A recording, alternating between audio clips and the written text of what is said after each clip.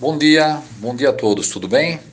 Hoje eu queria contar uma experiência muito interessante que aconteceu na década de 60, por volta do ano 1960, 61, por aí. Bem, Sorocaba naquela época tinha poucos irmãos testemunhas de Jeová aqui na cidade. E Sorocaba tinha alguns bairros e entre esses bairros tinha aquele que hoje é conhecido como a cidade de Votorantim. Na época era um bairro. E os irmãos, além de pregar em todos os bairros aqui da cidade, pregavam também nesse bairro de Votorantim, visto que ele pertencia a Sorocaba na época. E em certa ocasião, os irmãos estão pregando ali, e uma irmã chamada Maria, uma jovem na época, estava conversando com um senhor no portão.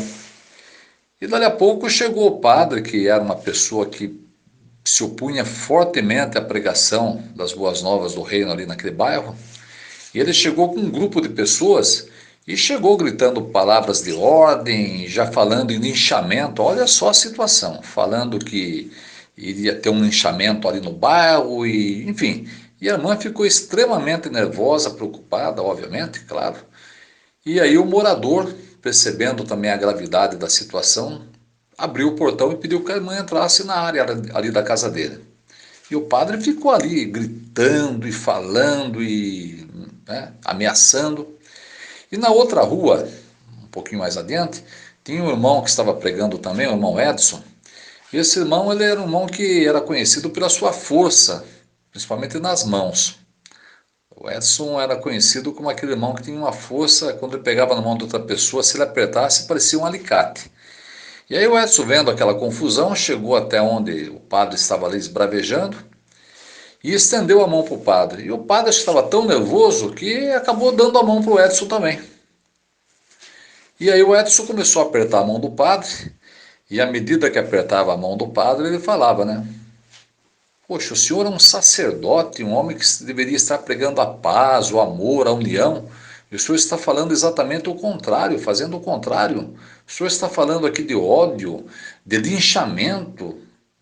Onde se viu o senhor falar uma coisa dessa para uma pessoa que está apenas pregando a palavra de Deus? E à medida que o Edson falava isso para o padre, ele apertava a mão do padre com muita força. E o padre começou a dobrar os joelhos. Estava quase caindo em função do aperto que o Edson estava dando nas suas mãos, na sua mão.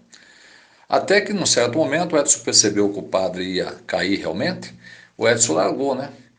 Largou da mão do padre. E aí o padre ficou novamente ereto, se recompôs. E aí o que ele fez? Ele abriu o portão e entrou lá para xingar a irmã, ofender a irmã ali na área do morador. Aí, inclusive, ficou bravo com o morador, porque o morador também pertencia à paróquia que o padre dirigia, né? Tipo, oh, como é que você está dando guarida para uma herege que vem aqui pregar contra a sã doutrina? E aí o morador teve uma atitude corajosa.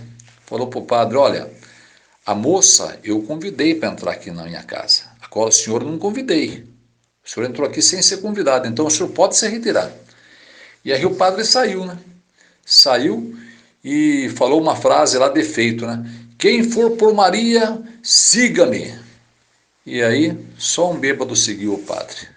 Os demais se dispersaram, todos, né, envergonhados pela atitude que estavam para tomar.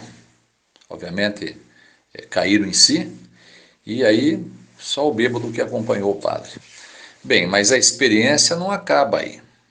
Alguns dias depois, um outro grupo de irmãos foram pregar ali nesse bairro, em Votorantim, e duas irmãs estavam conversando com um morador, e aí o padre aproximou-se dessas irmãs e num ataque de fúria, esse dia ele estava sozinho, num ataque de fúria ele tirou a Bíblia da mão de uma das irmãs, aquela Bíblia de capa verde, e picou literalmente a Bíblia na frente do morador e das irmãs.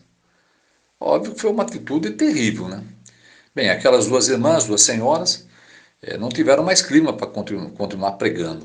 Então o que elas fizeram? Voltaram para casa, moravam aqui em Sorocaba, e ali, na sala daquela irmã que havia tido a sua Bíblia dilacerada, picada, começaram a conversar ali na sala e o esposo dessa irmã estava dormindo. Ele era um policial militar que trabalhava à noite.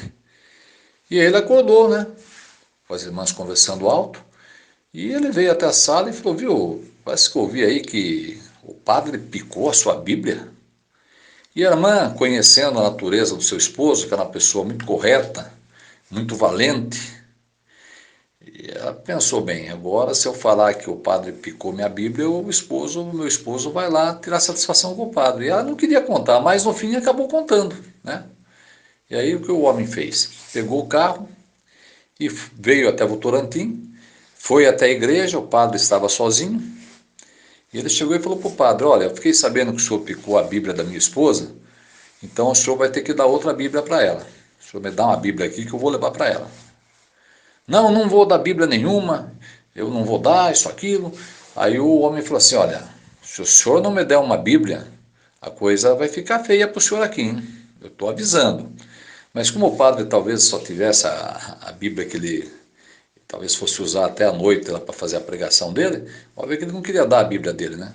E aí, aquele senhor pegou o castiçal que estava ali do lado e deu algumas pancadas no padre ali com aquele objeto.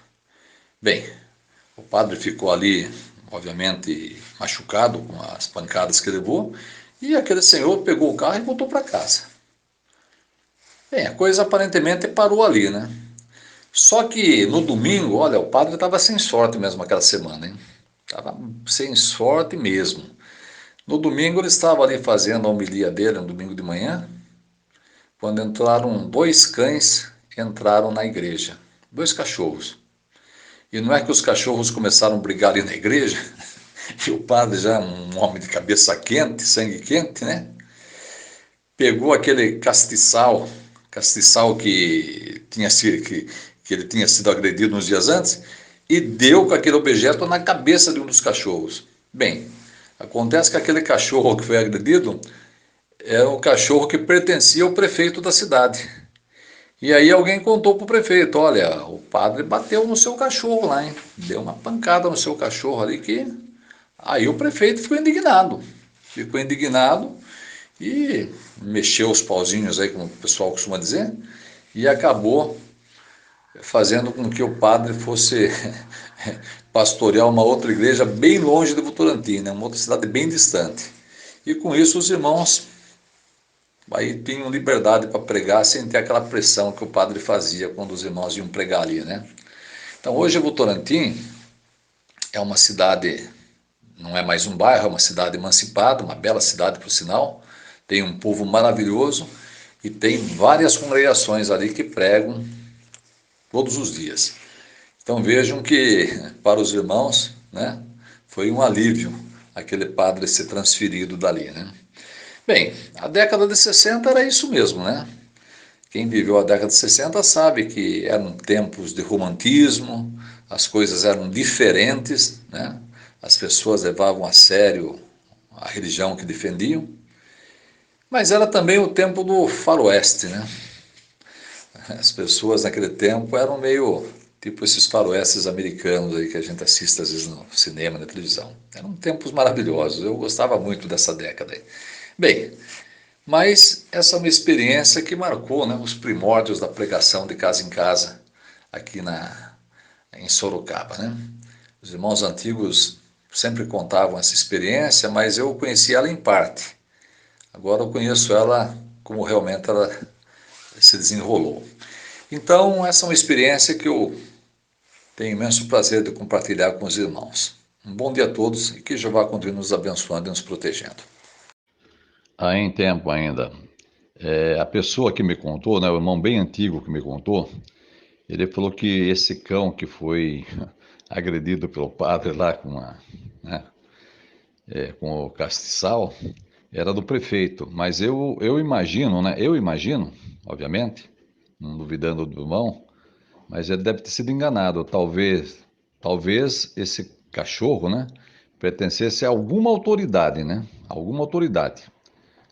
Talvez essa autoridade até representasse o prefeito, mas eu acredito que não fosse o cachorro do prefeito, né? Que pertencesse ao prefeito, mas talvez pertencesse a alguma autoridade que Naquele tempo, o pessoal talvez tenha confundido essa autoridade que representava o prefeito como sendo o prefeito da cidade. Então, esse é um detalhe que eu queria esclarecer, porque talvez o irmão tenha citado o prefeito, mas não fosse, né?